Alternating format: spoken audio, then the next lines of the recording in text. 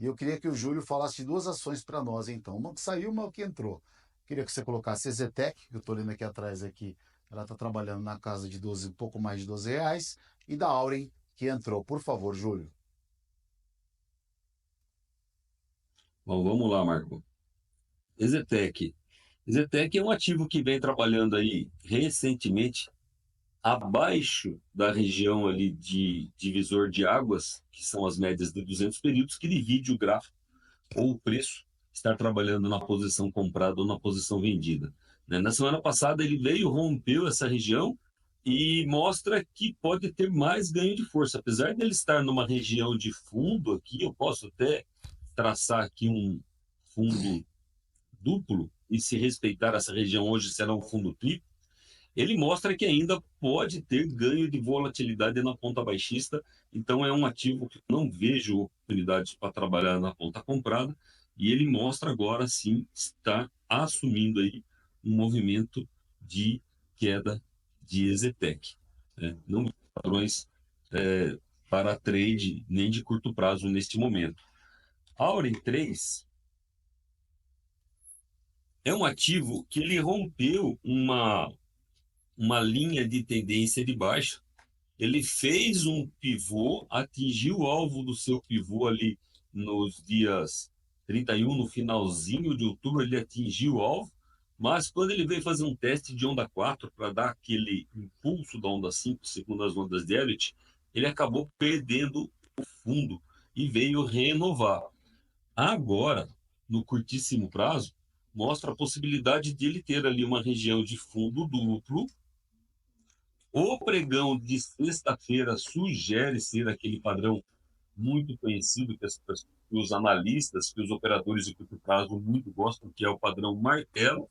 Só que esse padrão martelo, ele seria mais interessante, eu vou até aumentar o tamanho do zoom do gráfico, se ele tivesse cruzando a banda de Bollinger inferior, o que ele não está cruzando, ou seja, ele pode ser um martelo, mas a eficiência dele fica um pouco comprometida.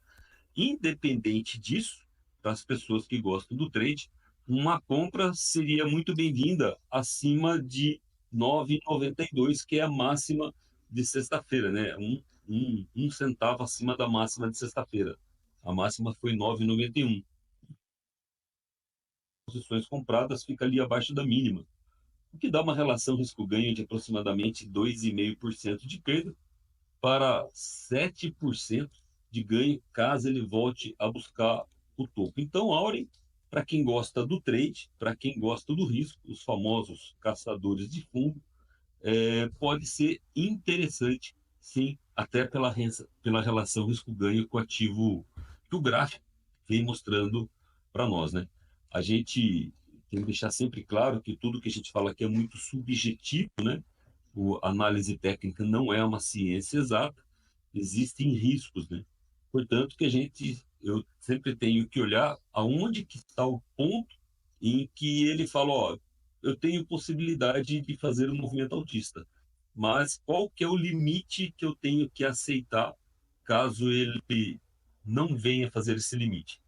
E nesse momento, o, o limite está sendo eficiente, né? Uma relação risco-ganho eficiente. Ele mostra aí aproximadamente 7,5% de ganho para 2,5% de perda. Então, aqui sim, eu acho que pode ser um bom interessante para aquelas pessoas que gostam do curto, inclusive até do médio prazo, porque se ele chegar na região dos 10,10,50, tem uma outra premissa da teoria de Dow que diz que uma tendência permanece na tendência até que ocorra a reversão da mesma. Se ele chegar naquela região, para mim, ele rompe uma linha de tendência de alta e pode voltar para o movimento altista.